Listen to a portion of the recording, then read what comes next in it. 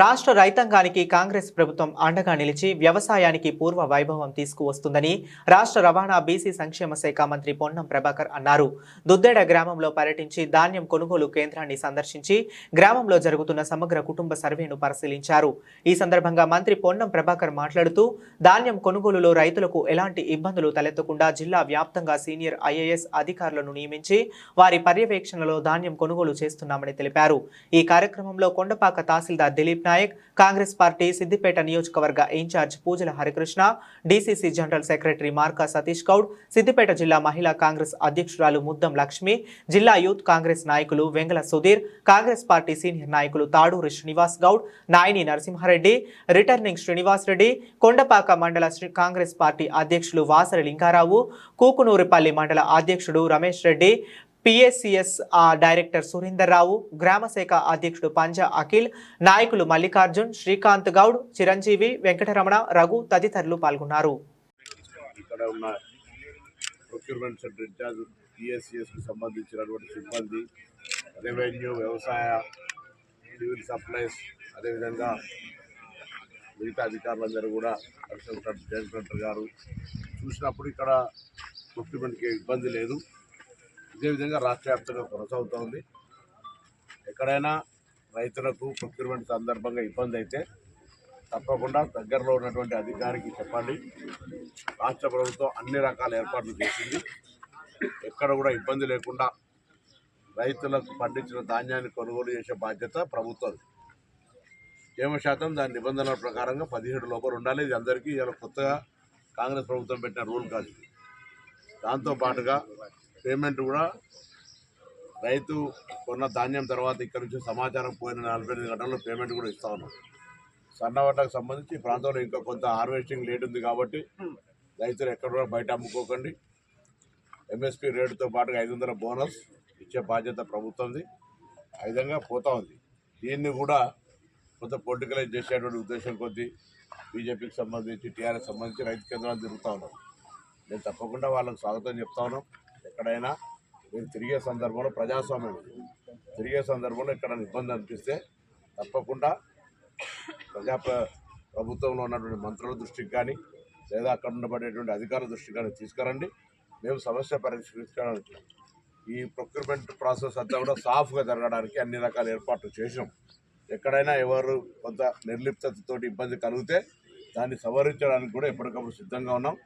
Control room పెట్టినాం, ఆఫీసర్ల పర్యవేక్షణ పెట్టినాం, సీనియర్ ఐఏఎస్ అధికారులను జిల్లాలకు పర్యవేక్షణ చేసినాం. రవాణా శాఖ పరంగా లారీల ఇబ్బంది లేకుండా ఉండాలని ట్రాన్స్పోర్ట్ కమిషనర్ డైలీ రిపోర్ట్ తీసుకోమని చెప్తా ఉన్నాం. పేమెంట్కి సంబంధించి ఫైనాన్స్తో ఎప్పటికప్పుడు కోఆర్డినేషన్ అవుతూ ఉంది. క్షేత్రస్థాయిలో కూడా ఉన్నటువంటి ఇంకా ఎక్కడైనా దూరం అవుతుంది అన్న ఇబ్బంది అయితే కొత్త సెంటర్లు కూడా ఓపెన్ చేసుకోమని చెప్పినాం. ఈ విధంగా అన్ని రకాలుగా ఏర్పాట్లు, కొనుగోలు ప్రక్రియ సాఫీగా జరుగుతూ ఉంది. దయచేసి ఇటువంటి రైతులకు సంబంధించిన అంశం మీద కూడా రాజకీయం వద్దు. ఏదైనా ఇబ్బంది ఉంటే మళ్ళీ చెప్తాను, పరిష్కారం చేయడానికి మేము సిద్ధంగా ఉన్నాం. రైతులకు కూడా విజ్ఞప్తి చేస్తా ఉన్నా, కొంత వెసులుబాటు చూసుకుంటూ మీకు దగ్గర ఉన్న కొనుగోలు కేంద్రంలో మీ ఉత్పత్తులను అమ్ముకోండి. బయట వ్యక్తులకు తొందరపడి తేమ శాతం పేరు మీదనో ఇంకో శాతం పేరు మీదనో అమ్ముకోవద్దు. ప్రభుత్వం ఎంఎస్పీ రేటుకు ఎంత క్వాంటిటీ అయినా ఈసారి అత్యధికంగా పంటలు వండినాయి.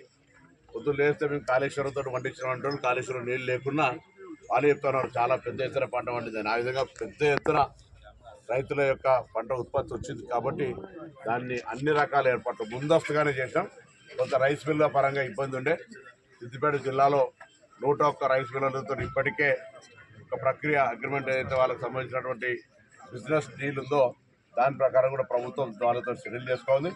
మిగతా 22 మంది డిఫాల్టర్స్ ప్రభుత్వము రైతుల దగ్గర కొన్న ధాన్యాన్ని మిల్లర్ల దగ్గర పెడితే ఆ మిల్లర్లు ఆ సంబంధిత డబ్బు ఇప్పటి వరకు కట్టని వాళ్ళు ఉన్నారు. ఇట్లా రాష్ట్రం మొత్తం 20,000 కోట్లు ఉన్నాయి.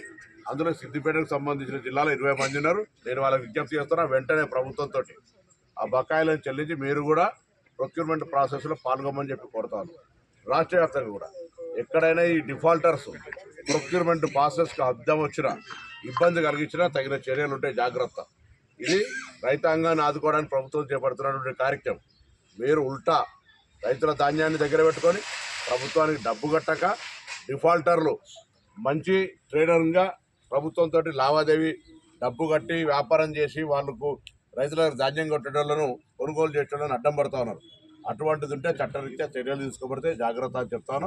అందుకే ఎక్కడ కూడా ఇబ్బంది లేకుండా మీరు కూడా ఈ యొక్క ప్రభుత్వ వ్యాపారంలో ఈ యొక్క ప్రభుత్వ కొనుగోలు కేంద్రాల యొక్క ధాన్యం మీ మిల్లుకు కూడా రావాలంటే మీ డిఫాల్టర్ బకాయిలను వెంటనే చెల్లించి ఈ విధంగా కొనుగోలు కేంద్రంలో భాగస్వాములు కావాలని కోరుతాం.